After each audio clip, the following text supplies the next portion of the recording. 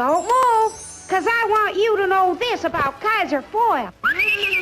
Life in the 1970s wasn't about having it all. It was about making do. If you grew up in a house where leftovers came in butter tubs and the thermostat was a battleground, congratulations, you're a certified 70s survivor. Let's rewind to the simpler, thriftier, duct-taped decade of our childhoods.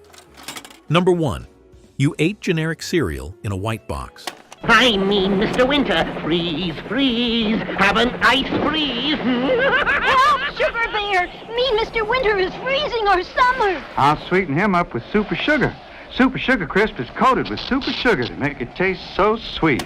If you were lucky enough to have cereal, it probably didn't have a mascot, a prize, or even a hint of color on the box. Nope, just a plain white box with bold black letters that read something like cornflakes or sweetened puffed rice. Fix the propeller yet, Sonny? Hit the rock, Gramps. How do we get home? Hey, I know.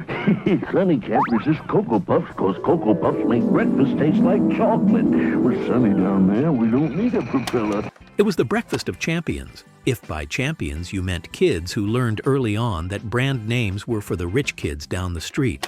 Who can count all the raisins in Kellogg's Raisin Bran? I can. We take juicy ripe grapes from under the sun, turn them to raisins one by one. Those plump juicy raisins You missed me. Me too. are frosted with sugar and mixed with bran flakes. You'd drown it in sugar just to make it edible, and even then, it tasted like cardboard and survival. Number 2.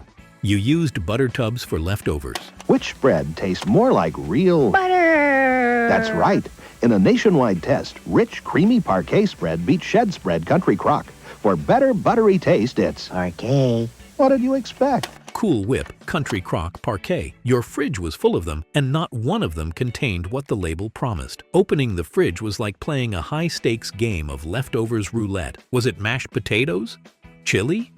Or something so old it qualified as a science experiment? You know, I really love this shed spread. I can see that. That rich buttery taste makes everything taste great. And shed spread has no cholesterol. And lucky for you, a third less calories than butter. Meaning what? Guess. Now, shed spread is mankind's greatest invention. Isn't that spreading it on a bit thick? No. Forget Tupperware parties. Your mom was running her own recycling empire before it was cool. And heaven help you if you actually threw one of those tubs away. This is Cool Whip, the best frozen whip topping you can buy. People use it because it's delicious. This is an aerosol topping. People use it because it makes pretty desserts. Now we've created another way to enjoy Cool Whip by combining the great natural taste of Cool Whip in a bowl with the pretty little swirls of an aerosol.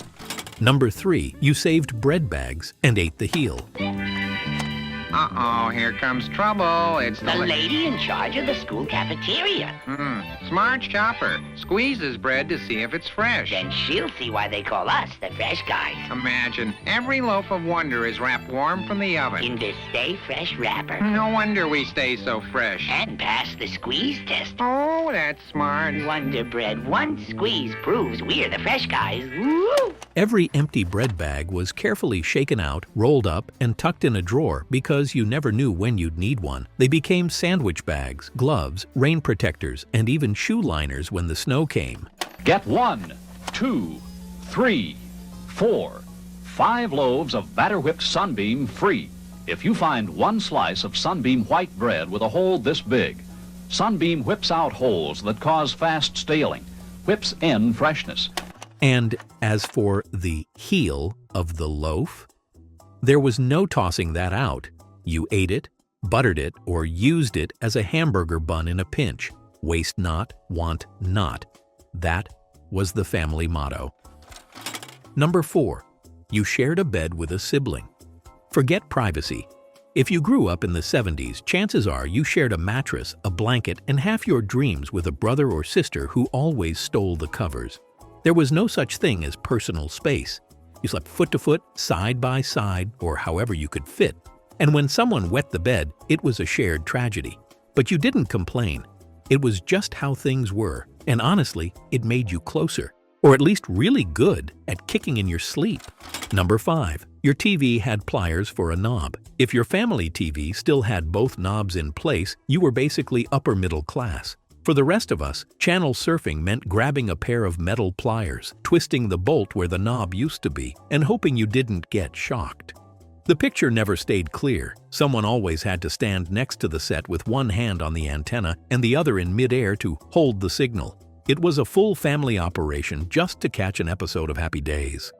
All right, real talk. If you just nodded your head at least 5 times during this list, it's time to hit that subscribe button. I'll keep serving up the nostalgia. You just bring your duct tape and a can of Tab, and we'll call it even. And hey, if you're on Facebook, come join our flashback crew. We've got memories, mayhem, and probably someone still reusing foil. Number 6. You fixed everything with tape.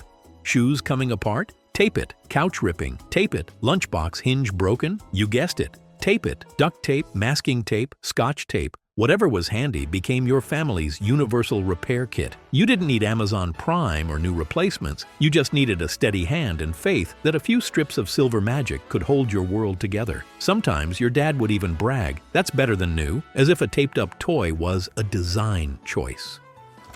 Number 7. You didn't go to McDonald's. You drove by it. Ronald McDonald and friends and the Hamburglar Touch. Rabble cheeseburgers. That Hamburglar wishes everything he touches would turn to McDonald's cheeseburgers.